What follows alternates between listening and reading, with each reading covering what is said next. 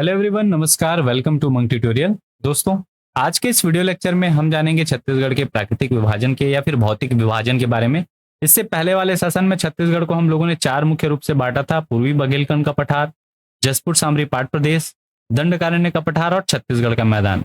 अब एक एक भाग को हम लोग और डिस्क्राइब करके देखेंगे। जैसे पूर्वी बघेलखंड के पठार को 6 भागों में बांटेंगे, जसपुर सामरी पाट प्रदेश को 5 भागों में, छत्तीसगढ़ के मैदान को 9 भागों में, और साथ ही आपके जो दंडकारण्य के पठार है उसको कुल 4 भागों में बांटेंगे। तो एक एक को हम लोग समझने का प्रयास करते हैं। सबसे पहले समझते हैं छत्तीसगढ़ का प्राकृतिक विभाजन।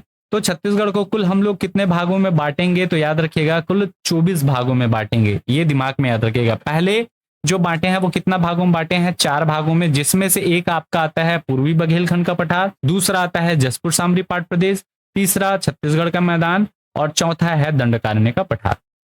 चलिए बात करते हैं। सबसे पहला जो हमारा है पूर्वी बघेलखंड का पठार। पूर्वी बघेलखंड का पठार, प्रीवियस क्लास में मैं इसके बारे में बहुत सारे आंकड़े आपको बताया था।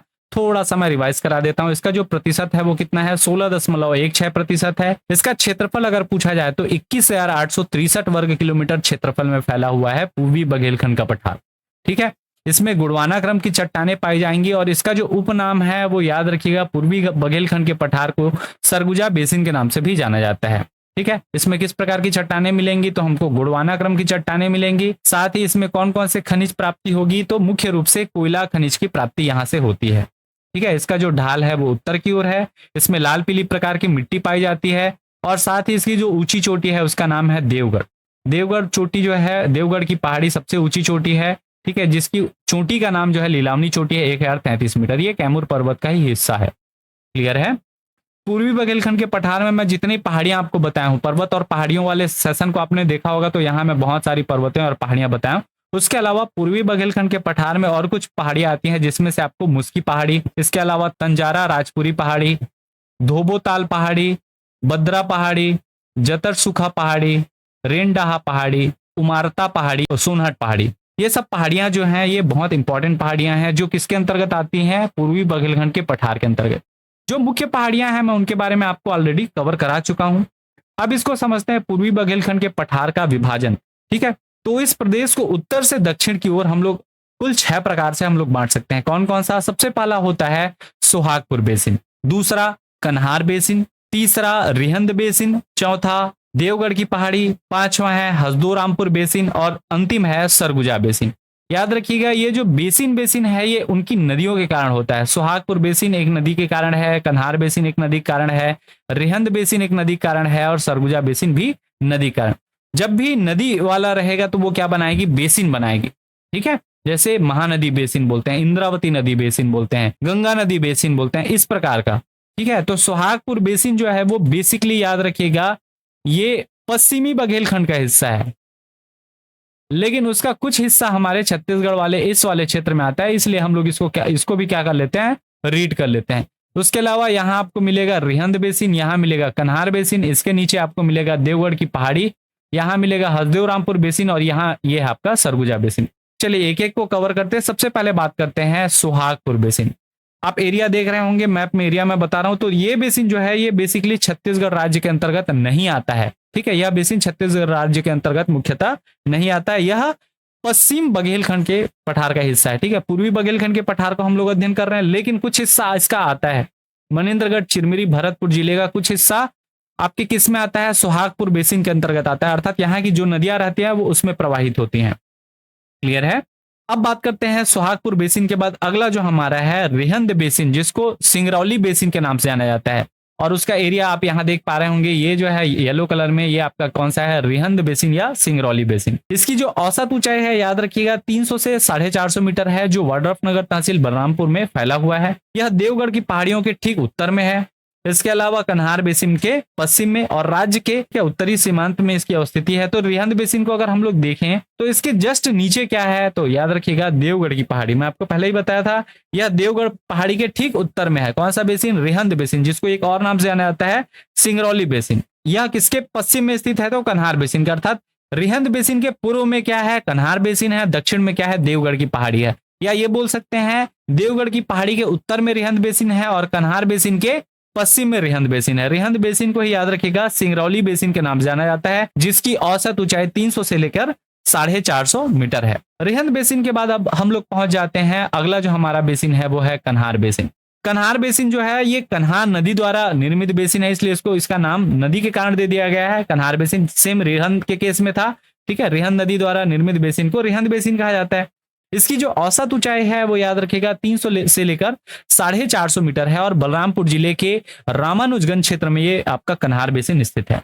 अगर इसको थोड़ा मैप में समझें तो ये हमारा कन्हार बेसिन हुआ, इसकी औसत ऊंचाई मैं आपको पहले ही बताया था 300 से लेके 450 मीटर। तो रिहंद बेसिन के ये पूर्व में स्थित है, सिंगरौली बेसिन जिसको कहा जाता है उसके पूर्व में, और साथ ही उसके नीचे क्या है तो आपकी चांग बखार देवगढ़ की पहाड़ी स्थित है। रिहंद बेसिन या सिंगरौली बेसिन के नीचे ही आपका देवगढ़ की पहाड़ी है, चांग बखार देवगढ़ की पहाड़ियों का श्रृंखला जो है, याद रखिएगा चांग बखार देवगढ़ की पहाड़ियों की 3 पर्वतों की एक श्रृंखला मानी जाती, 3 पहाड़ियों की श्रृंखला। और कन्हार बेसिन की औसत ऊंचाई कितनी है, 300 से लेके 450 मीटर है। क्लियर है। अब हम लोग पहुंच जाते हैं चांग बखार देवगढ़ की पहाड़ियों में। ये देखिए, याद रखिएगा ये प्रदेश के उत्तरी भाग में विस्तृत है। यह छोटी छोटी 3 समानांतर श्रेणियों में फैली हुई है। कौन कौन सी 3 समानांतर श्रेणी, तो याद रखिएगा एक मिलेगी आपको चांग बखार की पहाड़ी, दूसरी मिलेगी देवगढ़ की पहाड़ी और कैमूर की पहाड़ी। 3 अलग अलग पहाड़ियों की श्रृंखला मिलेगी, ठीक है, और ये फैला हुआ है। क्लियर है। इसकी जो औसत ऊंचाई है वो 600 से लेके 1000 मीटर है और इसके कारण ही ये छत्तीसगढ़ के पूर्वी बघेलखंड के पठार का सबसे ऊंचाई वाला क्षेत्र माना जाता है। कौन सा, चांग बखार देवगढ़ की पहाड़ी। पूर्वी बघेलखंड के पठार का सबसे ऊंचा क्षेत्र कौन सा है अगर वो पूछा जाए तो याद रखिएगा चांग बखार देवगढ़ की पहाड़ी का जो क्षेत्र है वो सबसे ऊंचा क्षेत्र है। इसकी सर्वोच्च चोटी की अगर मैं बात करूं तो जो देवगढ़ है जिसकी ऊंचाई 1033 मीटर है, और उसमें भी कौन सी चोटी का नाम मैं आपको पहले ही बता चुका हूं, लीलावनी चोटी। बहुतों बार ये नाम बोल चुका हूं, तो लीलावनी चोटी इसकी सर्वोच्च चोटी है। देवगढ़ जो पहाड़ी है वो इसकी सर्वोच्च चोटी को धारण करता है, लीलावनी चोटी को। इसमें अन्य पहाड़ी और आपके विद्यमान है, जैसे मुस्की पहाड़, सोनहट पहाड़, बिजली मैना पहाड़, दियागढ़ पहाड़, जोग पहाड़ और बार पहाड़।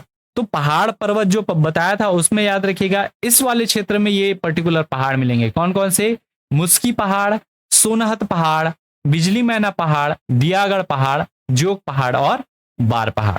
इसके अलावा यह पहाड़ी जो है उत्तर छत्तीसगढ़ प्रदेश अर्थात पूर्वी बघेलखंड पठार की सर्वाधिक उच्च भूमि है, जिसके बारे में मैं आपको पहले थोड़ी देर पहले बता चुका हूं। इस क्षेत्र में किसकी प्रचुरता प्राप्त होती है, तो याद रखिएगा यहाँ गोंडवाना क्रम की चट्टानें हैं, तो एक तो कोयला मिलेगा, साथ ही यहाँ पे बेरिल भी है। तो ठीक है, इस क्षेत्र में कोयले तथा बेरिल का भरपूर भंडार है। अब थोड़ा सा इस मैप को हम लोग और डिटेल में समझें तो चांग बखार देवगढ़ की पहाड़ी 3 प्रमुख जो समानांतर श्रेणी है उसमें फैली हुई है। पहला है आपकी चांग बखार की पहाड़ी, दूसरी है देवगढ़ की पहाड़ी और तीसरी है कैमूर की पहाड़ी। ठीक है, कैमूर पर्वत, देवगढ़ की पहाड़ी और चांग बखार की पहाड़ी, ये तीनों की एक श्रृंखला है, समानांतर श्रृंखला। ठीक है, इसमें फैली हुई है कौन सी, चांग बखार देवगढ़ की पहाड़ी। क्लियर है। इसके औसत ऊंचाई की अगर मैं बात करूं तो 600 से लेके 1000 मीटर है और ये सर्वाधिक उच्च भूमि है किसमें, पूर्वी बघेलखंड के पठार की। क्लियर है। इसके उत्तर में है आपका कौन सा बेसिन, तो रिहंद बेसिन। इसके पूर्व में कन्हार बेसिन है। चांग बखार देवगढ़ की पहाड़ी में कुछ अन्य पहाड़ियां भी हैं जैसे मुस्की पहाड़, सोनहत पहाड़, बिजली मैना पहाड़, दियागढ़ पहाड़, जोग पहाड़ और बार पहाड़। क्लियर है। चलिए अब हम लोग पहुंच जाते हैं हसदेव रामपुर बेसिन, जो हमारा अगला बेसिन है। ये प्रदेश के उत्तर पश्चिम क्षेत्र में विस्तृत है। ठीक है, उत्तर पश्चिम क्षेत्र, ये वाला जो क्षेत्र आप यहाँ देख पा रहे होंगे ये है आपका कौन सा, हसदेव रामपुर बेसिन।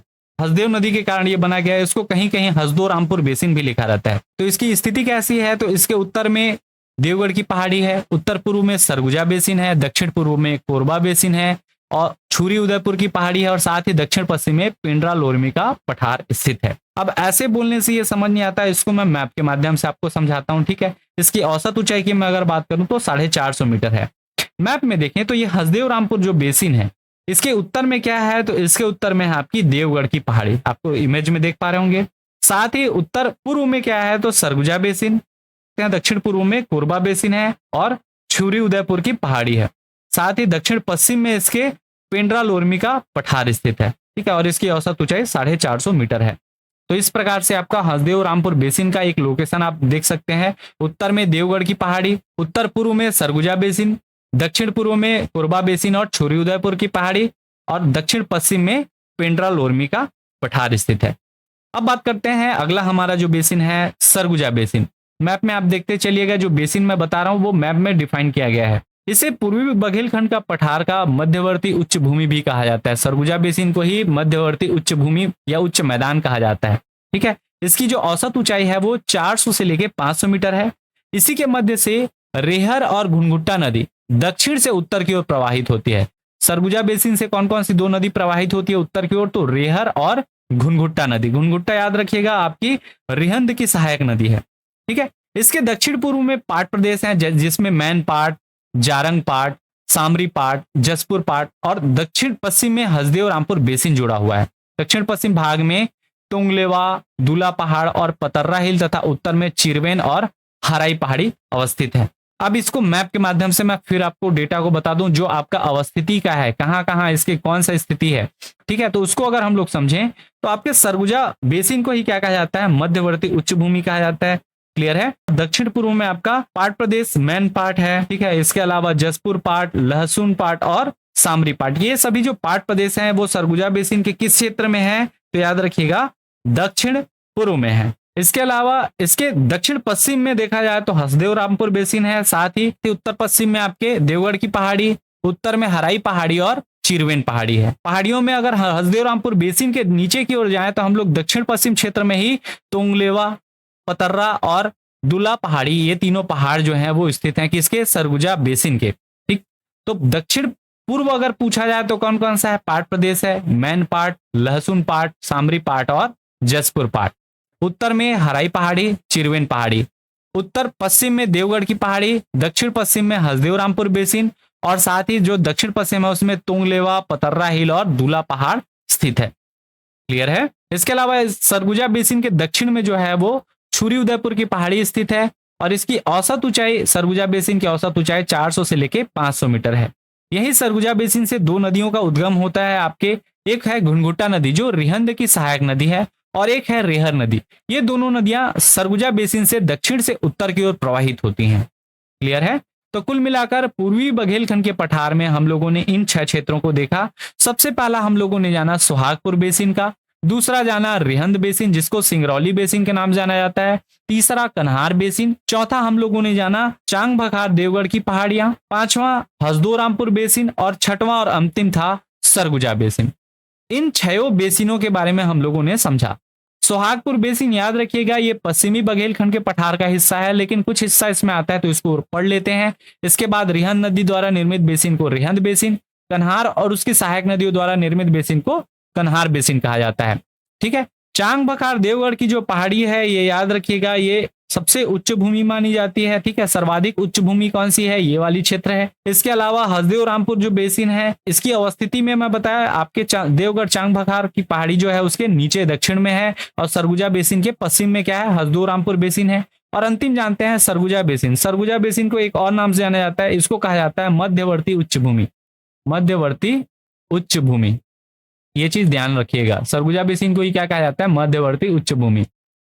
सिंगरौली बेसिन किसको कहा जाता है? तो रिहंद बेसिन को ही सिंगरौली बेसिन के नाम से जाना जाता है।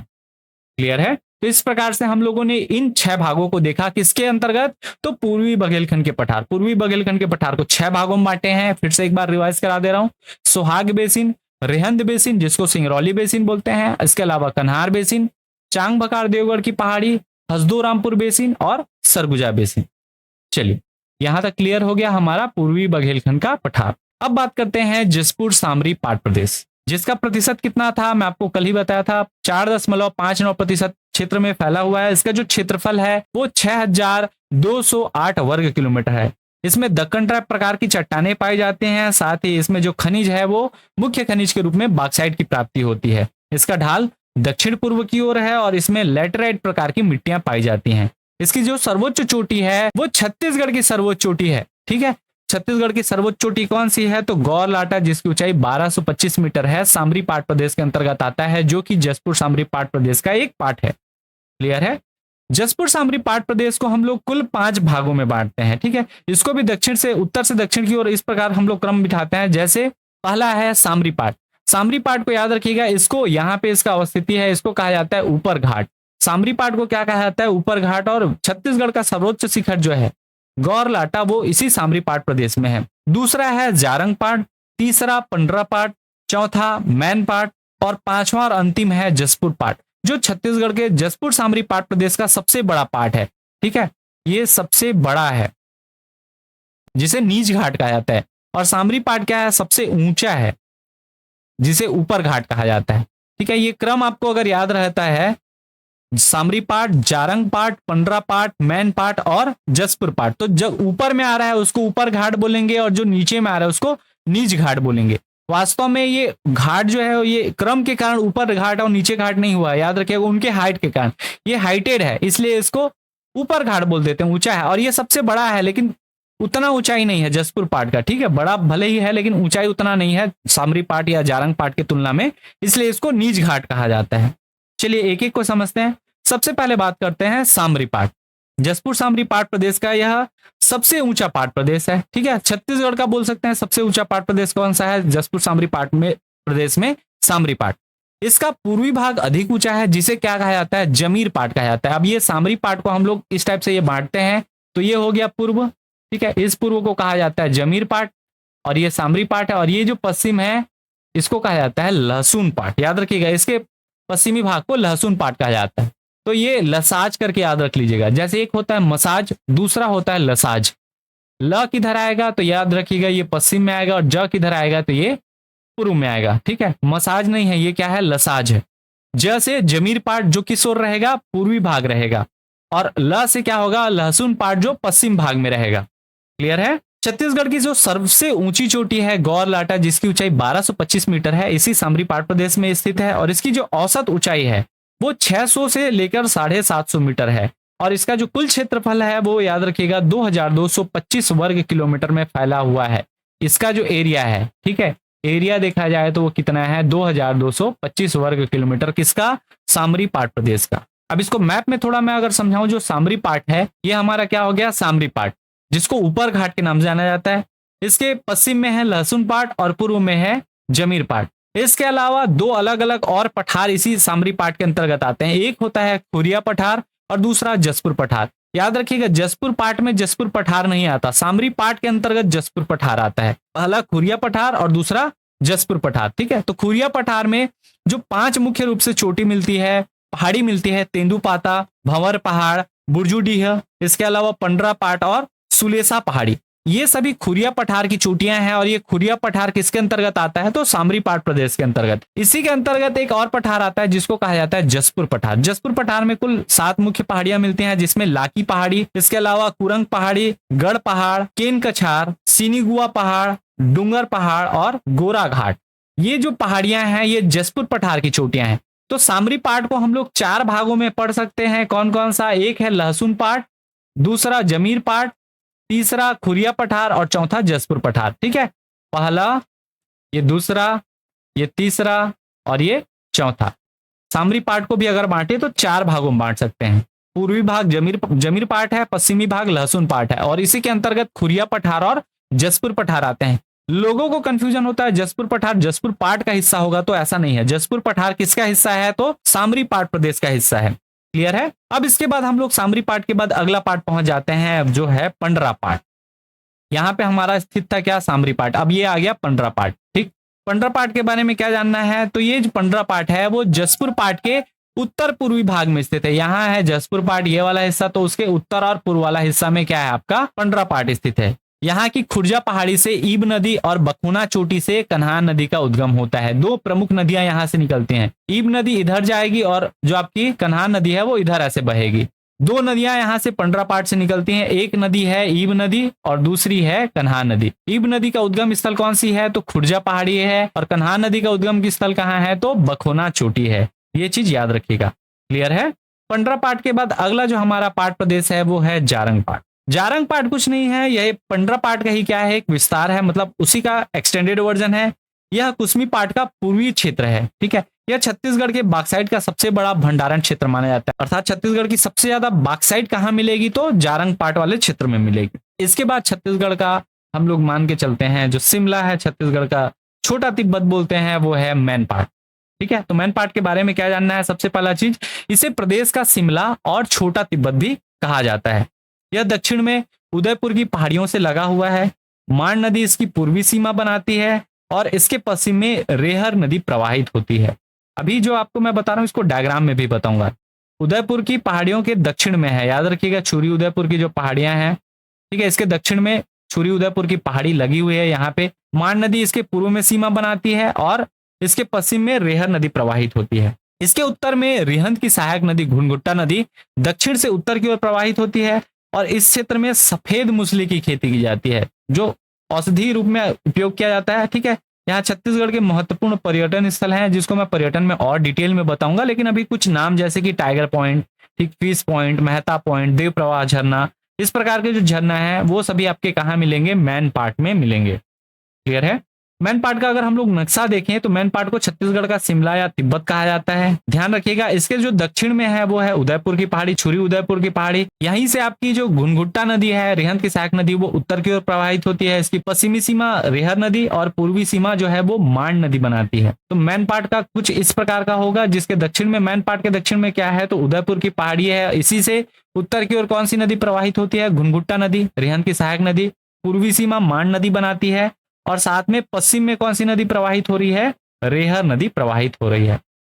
क्लियर है। अब इसके बाद छत्तीसगढ़ का जो सबसे बड़ा पाट प्रदेश माना जाता है वो है जसपुर पाट। जसपुर पाट के बारे में क्या बताया था, मैं आपको स्टार्टिंग में ही बताया था, इसको नीच घाट के नाम से जाना जाता है। जैसे सामरी पाट को ऊपरी घाट बोला जाता है, जसपुर पाट को नीच घाट के नाम से जाना जाता है, नीचे वाला घाट। ठीक है, इसे ईबमैनी घाटी भी कहा जाता है। तो जसपुर पाट को एक और नाम मिल गया, कौन सा, नीच घाट के अलावा ईबमैनी घाटी। रीजन, ईब और मैनी नदी यहां से प्रवाहित हो रही हैं और उसके द्वारा निर्मित घाटियों के कारण इसको जसपुर पाट को ईब मैनी घाटी के नाम जाना जाता है। इसमें छत्तीसगढ़ की जो फूलों की प्रसिद्ध घाटी लोरो घाटी है वो भी स्थित है।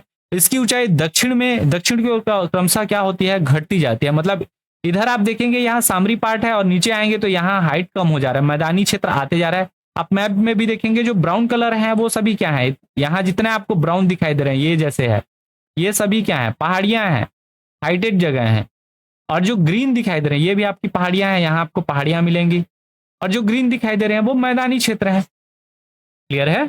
इसी जसपुर पाट में जसपुर और कुनकुरी शहर भी बसे हुए हैं और इसके उत्तर भाग में कुसमी पाट कहा जाता है। कुसमी पाट में भी आपको बताया था। ठीक है, कुसमी पाट जसपुर पाट का हिस्सा है और इसी कुसमी पाट से मैं रिलेट किया था जारंग पाट को। ठीक है, तो इस प्रकार से हम लोगों ने जाना जसपुर सामरी पाट प्रदेश। कितने भागों में बांटे, तो जसपुर सामरी पाट प्रदेश को 5 भागों में बांटे थे। पहला है आपका सामरी पाट जिसको ऊपरी घाट के नाम जाना जाता है। ठीक है, दूसरा है आपका जारंग पाट, तीसरा पंडरा पाट, चौथा है आपका मैन पाट और पांचवा और अंतिम है जसपुर पाट। आप इमेज में अगर देखेंगे तो सबसे बड़ा पाट अगर पूछा जाए क्षेत्रफल की दृष्टि से सबसे बड़ा पाट कौन सा है तो ये है। सबसे ऊंचा पाट कौन सा है तो सामरी पाट, ये वाला पाट है।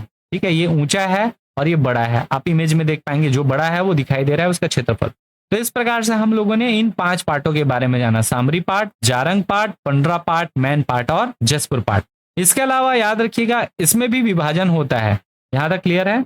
चलिए, तो अभी तक हम लोगों ने इतने पाटों के बारे में, इतने विभाजनों को देखा। सबसे पहला देखा जो सुहागपुर बेसिन है, उसके बाद रिहंद बेसिन, कन्हार बेसिन, चांग बकार देवगढ़ की पहाड़ी और हसदेव रामपुर बेसिन और सरगुजा बेसिन। ये जो 6 अलग अलग देखे ये किसके थे, पूर्वी बुंदेलखंड के पठार के अंतर्गत आते थे। उसके पश्चात हम लोगों ने जाना सामरी पाट, पंडरा पाट, जारंग पाट, मैन पाट और जसपुर पाट के बारे में। आप चाहें तो इसका स्क्रीनशॉट ले लीजिएगा ताकि आपको रिवीजन में आसानी हो। ठीक है, ये खत्म करने के बाद हम लोग अब पहुंच जाते हैं छत्तीसगढ़ के दंडकारण्य के पठार में, जिसका प्रतिशत मैं आपको पहले ही क्लास में बता चुका हूं। 28.91% में ये फैला हुआ है, जिसका क्षेत्रफल 39,060 वर्ग किलोमीटर है। ठीक है, इसमें धारवाड़ क्रम की चट्टानें पाई जाती हैं, जिसके कारण यहाँ जो खनिज पाया जाएगा वो लौह अयस्क और टीम की खनिज की प्राप्ति होगी। इसका जो ढाल है वो दक्षिण की ओर है और इसमें लाल बलुई और लाल दोमट टाइप की मिट्टियां मिलेंगी। ठीक है, इसकी सर्वोच्च चोटी जो है वो छत्तीसगढ़ की दूसरी सर्वोच्च चोटी मानी जाती है, वो है सर्वोच्च चोटी दंडकारण्य के पठार की, जिसको कहा जाता है नंदीराज पर्वत, जो बैलाडीला पर्वत या बैलाडीला पहाड़ी में स्थित है, जिसकी ऊंचाई है 1210 मीटर। दंडकारण्य के पठार को कुल 4 भागों में विभक्त किया जा सकता है। कौन कौन से 4 भाग हैं तो याद रखिएगा, उत्तर से दक्षिण में अगर जाए तो सबसे पहला है कोटरी बेसिन, दूसरा है अबुझमाड़ की पहाड़ी, तीसरा बस्तर का पठार और चौथा याद रखिएगा बस्तर का मैदान। अब एक एक को हम लोग समझते हैं। सबसे पहले बात करते हैं कोटरी बेसिन। याद रखिएगा कोटरी बेसिन जो है ये इंद्रावती की सहायक नदी कोटरी नदी के द्वारा इसका निर्माण होता है। कोई भी अगर बेसिन वर्ड जुड़ गया मतलब वो किसी न किसी नदी के कारण वो निर्मित हो रहा है। तो कोटरी नदी के से निर्मित जो बेसिन है उसको कहा जाता है कोटरी बेसिन। इसका विस्तार जो है वो याद रखिएगा मोहला तहसील से लेकर भानु प्रतापपुर का जो पंखाजूर है कांकेर तक यहाँ फैला हुआ है। ये मोहला मानपुर अंबागढ़ चौकी जिले में मोहला तहसील और कांकेर का जो आपका पंखाजूर, ठीक, भानु प्रतापपुर और पंखाजूर यहाँ तक इसका विस्तार है। तो ये आपका कौन सा क्षेत्र हो गया? कोटरी बेसिन। क्लियर है? ये किसका हिस्सा है? तो दंडकारण्य के पठार का। अगला आता है जो इसके नीचे आता है अबुझमाड़ की पहाड़ी।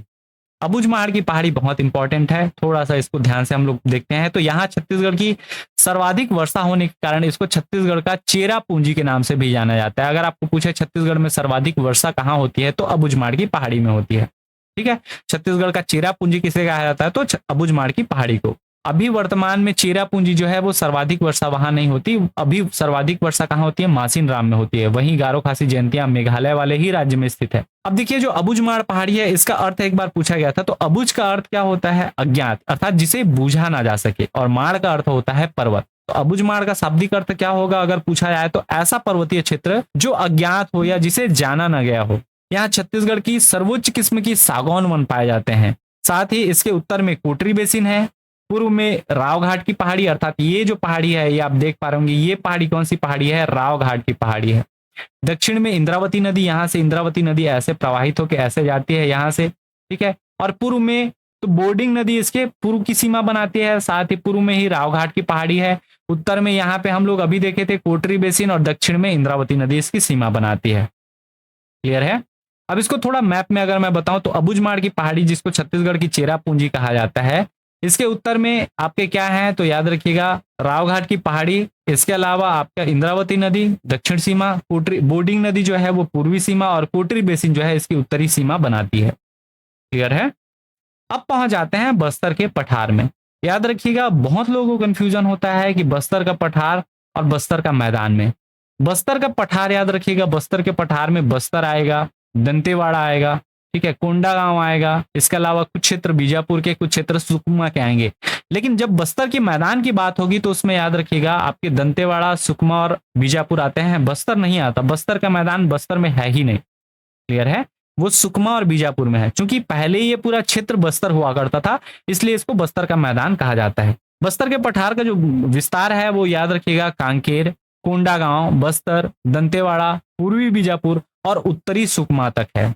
इस पहाड़ के अंतर्गत राव घाट की पहाड़ी, मलाजकुंडम पहाड़ी, केसकाल घाटी, तेलिन घाटी जिसको भी कहा जाता है, झीरम घाटी, विंता घाटी, दरभा घाटी, ये सब क्षेत्र इसी बस्तर के पठार के अंतर्गत आते हैं। कौन कौन सी घाटी? ये घाटियां मैं बता चुका हूं, केसकाल घाटी, तेलिन घाटी, इसको एक और नाम से भी जाना जाता है जो मैं उस दिन नहीं बता पाया था, 12 भांवर घाटी। ठीक है, 12 भांवर घाटी अगर भी पूछा जाए तो वो केसकाल घाटी की ही बात हो रही है। विंता घाटी जिसको बस्तर का कश्मीर भी कहा जाता है, तो ये सब घाटियां बस्तर के पठार के अंतर्गत आती हैं। अगला हम लोग जानते हैं बस्तर का जो मैदान है। बस्तर का मैदान का विस्तार याद रखिएगा बीजापुर और सुकमा में है। बेसिकली मैं आपको बताया था, और कुछ क्षेत्र जो है दंतेवाड़ा का मिलता है।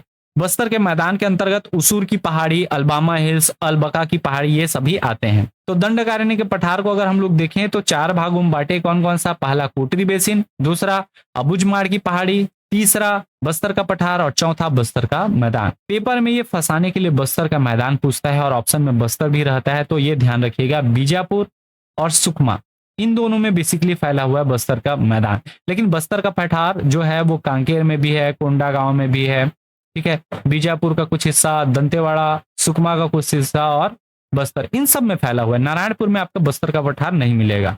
थोड़ा सा मैं इसको जूम इन कर दूं तो इस प्रकार से ये सभी हैं। आप चाहें तो इसका स्क्रीनशॉट ले सकते हैं।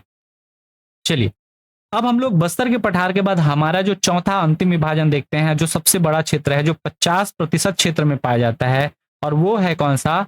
छत्तीसगढ़ का मैदान। छत्तीसगढ़ का मैदान ये ग्रीन कलर में आप जो देख पा रहे होंगे ब्लैंक बीच में 50.34% क्षेत्र में पाया जाता है। कौन सा? छत्तीसगढ़ का मैदान। इसका अगर प्रतिशत देखा जाए तो कितना है? 50.34%, और क्षेत्रफल की वाइज देखा जाए तो 68,064 वर्ग किलोमीटर क्षेत्रफल में फैला हुआ है।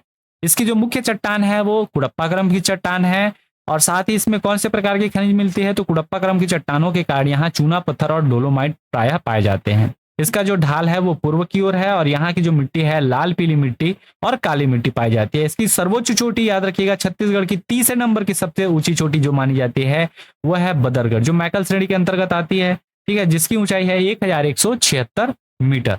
क्लियर है। छत्तीसगढ़ के मैदान को हम लोग दो भागों में बांट सकते हैं। पहला है मैदानी भाग और दूसरा है सीमांत उच्च भूमि। मैदानी भाग के अंतर्गत हम लोग पिंडरा लोरमी का पठार, कोरबा बेसिन, रायगढ़ बेसिन, बिलासपुर रायगढ़ का मैदान और दुर्ग रायपुर का मैदान, ये सब भागों में हम लोग मैदानी भाग को बांट सकते हैं। ये मैदानी क्षेत्र होंगे। पिंडरा लोरमी का पठार, कोरबा बेसिन, रायगढ़ बेसिन, बिलासपुर रायगढ़ का मैदान और दुर्ग रायपुर का मैदान। मैप में मैं आपको थोड़ा सा बता दूं, जो ये वाला दिखाई दे रहा है, मैं इसको क्रम दे देता हूं, 1 2 3 4 और 5, ताकि आपको आसानी हो मैदानी भाग कौन कौन सा है। ठीक है, ये जो 4 नंबर दे रहा हूं, अर्थात ये बिलासपुर रायगढ़ का मैदान है। यहाँ रायगढ़ है, इधर बिलासपुर है। ठीक है, ये जो क्षेत्र है ये है आपका दुर्ग रायपुर का मैदान। मैं एक मिनट कलर चेंज कर लेता हूं ताकि आपको दिखाई दे। ये है दुर्ग रायपुर का मैदान।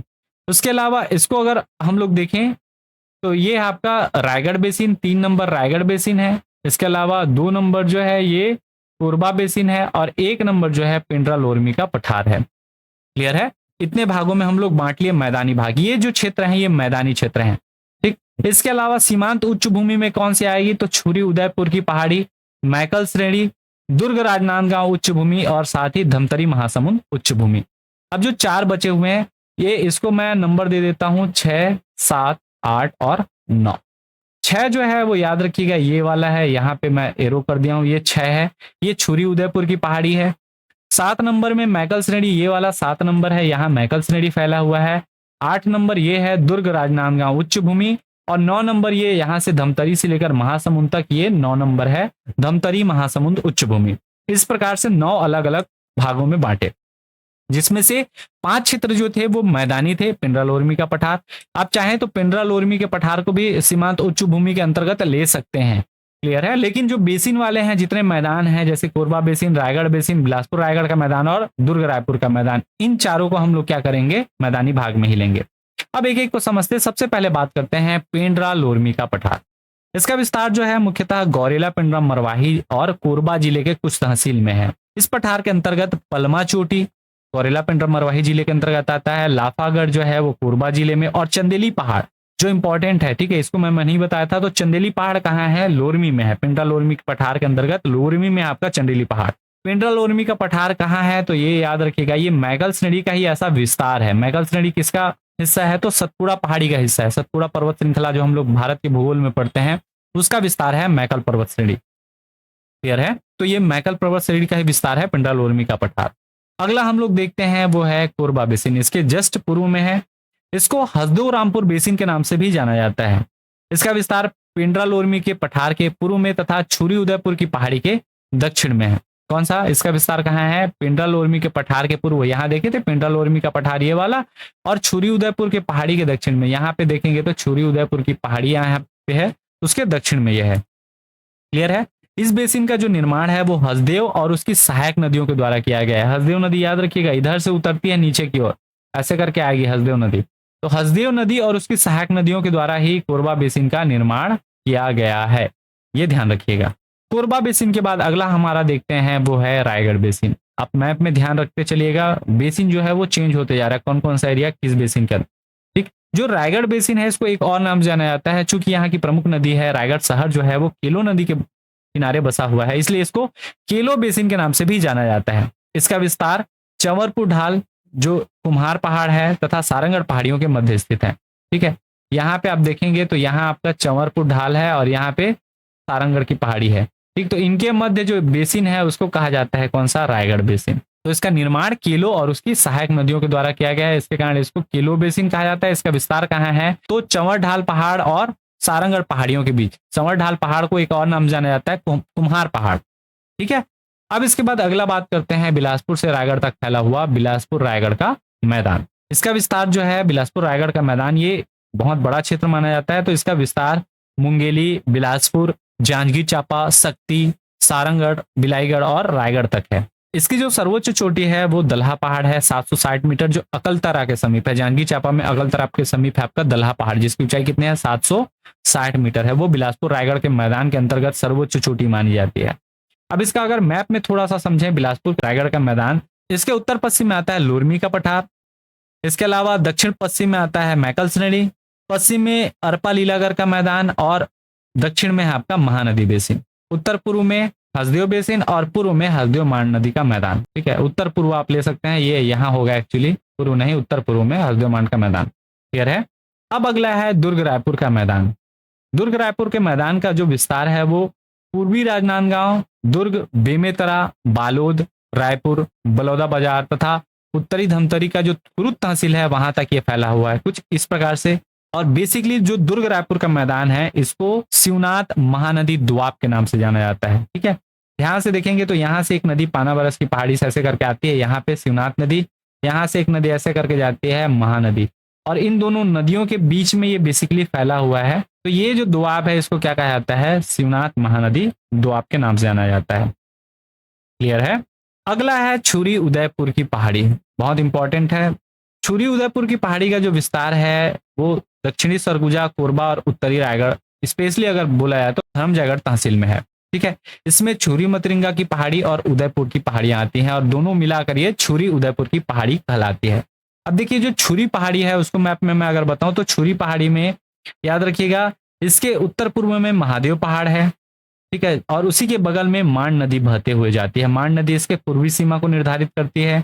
साथ ही इसके उत्तर में है हसदेव रामपुर बेसिन, उत्तर पश्चिम में है पिंडरा का पठार और वहीं से होकर आता है, उधर से पूर्वी बघेलखंड के पठार से हसदेव नदी प्रवाहित होकर आती है। साथ ही इसके दक्षिण पश्चिम में है कोरबा बेसिन। तो इस प्रकार से छुरी पहाड़ का अवस्थिति है। अब बात करें अगर उदयपुर पहाड़ का, तो उदयपुर पहाड़ में याद रखिएगा इस उदयपुर पहाड़ के उत्तर क्षेत्र में है मैन पाट। ठीक है, जिधर से मान नदी प्रवाहित होती है। साथ ही इसके पश्चिम की ओर छुरी पहाड़ स्थित है और कुरकुट नदी जो है इसके पूर्व में ओर प्रवाहित होती है। ठीक है, तो इस प्रकार से उदयपुर की पहाड़ी है। अगली श्रेणी की बात करते हैं। अगली हमारी जो श्रेणी है वो है मैकल श्रेणी। मैकल श्रेणी याद रखिएगा ये सतपुड़ा पर्वत श्रेणी का ही विस्तार है। इसका विस्तार कवर्धा, मुंगेली, खैरागढ़ छुई खदान गंडई, राजनांदगांव तथा मानपुर तहसील तक है। ठीक है, लोरमी भी आता है इसमें ना, लोरमी, पेंड्रा, लोरमी, इसके अलावा कवर्धा, मुंगेली, खैरागढ़ छुई खदान गंडई, राजनांदगांव और मानपुर तहसील, मोहला मानपुर अंबागढ़ चौकी का मानपुर तहसील, ये सब इसके अंतर्गत आते हैं। ठीक है, इसे पश्चिमी सीमांत उच्च भूमि कहा जाता है क्योंकि सीमा के पश्चिमी क्षेत्र में अंत में उच्च भूमि है, इसलिए इसको पश्चिमी सीमांत उच्च भूमि कहा जाता है। इसकी जो सर्वोच्च चोटी है उसका नाम है क्या, बदरगढ़, जिसकी ऊंचाई कितनी है 1176 मीटर। ये जो बदरगढ़ है ये कहाँ स्थित है, तो कबीरधाम जिले में है, याद रखिएगा। क्लियर है। इसके अलावा मैकल श्रेणी में ही आपको बहुत सारी पहाड़ियां मिलती हैं, मैं उसका नाम लिख देता हूं। जैसे एक नाम मिलता है झाला पहाड़। कौन सा पहाड़, झाला पहाड़। ये झाला पहाड़ कहाँ है, तो याद रखिएगा मैकल श्रेणी में आता है। दूसरा मिलता है देवसानी पहाड़। जो मैं पहाड़ी बताया उसके अलावा ये सब पहाड़ियां हैं ना, मैकल श्रेणी में कहाँ स्थिति है ये एग्जैक्ट पता नहीं है। झाला पहाड़, देवसानी पहाड़, इसके अलावा लीलावनी पहाड़, लीलावनी चोटी अलग है, लीलावनी पहाड़ अलग है, ये ध्यान रखिएगा।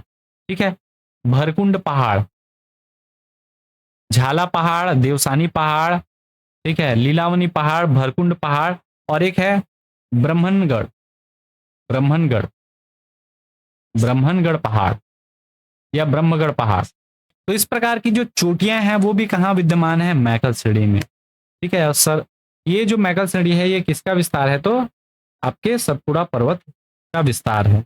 मैकल श्रेणी के बाद हम लोग पहुंच जाते हैं दुर्ग राजनांदगांव उच्च भूमि। यहाँ दुर्ग है, ये राजनांदगांव है, तो ये वाला जो क्षेत्र आया गया आपका दुर्ग राजनांदगांव उच्च भूमि। इसका जो विस्तार है वो दक्षिणी दुर्ग, बालोद, मोहला मानपुर तथा अंबागढ़ चौकी तक है। इसे दक्षिणी उच्च भूमि के नाम जाना जाता है। जैसे इसको ये मैकल श्रेणी को पश्चिमी उच्च भूमि कहा जाता है, इसको क्या कहा जाता है, दक्षिणी उच्च भूमि। ठीक है, इसकी सबसे ऊंची चोटी जो है वो आपकी दल्ली राजहरा है जो 700 मीटर है और डूंगरगढ़ है जो 704 मीटर है। डूंगरगढ़ याद रखिएगा ये प्रज्ञागिरी पहाड़ी पर स्थित है। मैं आपको बताया प्रज्ञागिरी पहाड़ी, उसी पहाड़ी पर डोंगरगढ़ में मां बमलेश्वरी का मंदिर स्थित है। अब अगला हम लोग पहुंच जाते हैं, ये दक्षिणी सीमांत उच्च भूमि हो गया, पश्चिमी देख लिए। अब पहुंच जाते हैं पूर्वी सीमांत उच्च भूमि, जिसको हम लोग जानते हैं धमतरी महासमुंद उच्च भूमि के नाम से। इसका जो विस्तार है वो महासमुंद, गरियाबंद और धमतरी में है। ठीक है, इसे पूर्वी सीमांत उच्च भूमि के नाम से जाना जाता है और पेपर में सीधा सीधा एज इट इज पूछ लिया जाता है कि पूर्वी सीमांत भूमि कौन सा है, पश्चिमी सीमांत उच्च भूमि कौन सा है, दक्षिणी सीमांत उच्च भूमि कौन सा है, और ऑप्शन में आपको वही नाम दिए रहेंगे। तो इसको क्या कहेंगे, धमतरी महासमुंद उच्च भूमि को पूर्वी सीमांत उच्च भूमि। और इसकी जो सबसे ऊंची चोटी है वो क्या है, शिशुपाल पर्वत, जिसको ढारी डोंगर के नाम जाना जाता है, जिसकी ऊंचाई है कितनी, 899 मीटर। तो इस प्रकार से हम लोगों ने छत्तीसगढ़ के जो मैदान है उसको भी देखा, कुल 9 भागों में बांटे थे। कौन कौन से 9 भाग, थोड़ा सा रिवीजन मैं करा दूं। पहला था हमारा पिंडरा लोरमी का पठार, दूसरा कोरबा बेसिन, तीसरा छुरी उदयपुर की पहाड़ी, चौथा रायगढ़ बेसिन, पांचवां बिलासपुर रायगढ़ का मैदान, छठवां मैकल श्रेणी, सातवां दुर्ग रायपुर का मैदान, आठवां क्या दुर्ग राजनांदगांव उच्च भूमि, और नौवां जो था अंतिम था धमतरी महासमुंद उच्च भूमि। कुल इतने प्रकार से इसको बांटे, जिसमें से मैदानी वाला क्षेत्र कौन कौन सा, स्टार लगा दे रहा हूं, रायगढ़ बेसिन, कोरबा बेसिन, बिलासपुर रायगढ़ का मैदान, दुर्ग रायपुर का मैदान, ये सभी क्या है, मैदानी क्षेत्र हैं।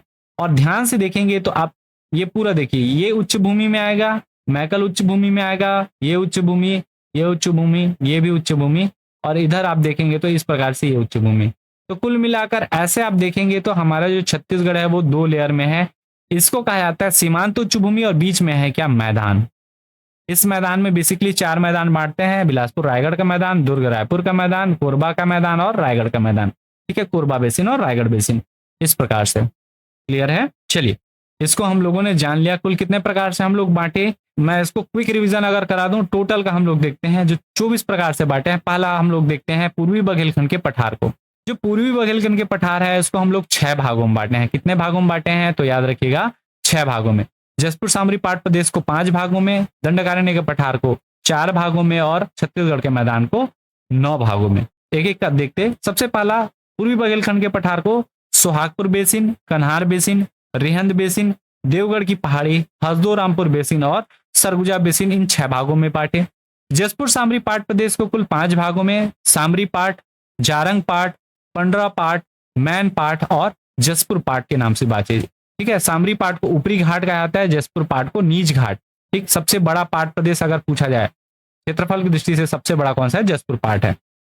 इसके अलावा छत्तीसगढ़ के मैदान को 9 भागों में पिंडरा लोरमी का पठार, कोरबा बेसिन, रायगढ़ बेसिन, बिलासपुर रायगढ़ का मैदान, दुर्ग रायपुर का मैदान, छुरी उदयपुर की पहाड़ी, मैकल श्रेणी, दुर्ग राजनांदगांव उच्च भूमि और धमतरी महासमुंद उच्च भूमि, कुल 9 भागों में बांटे।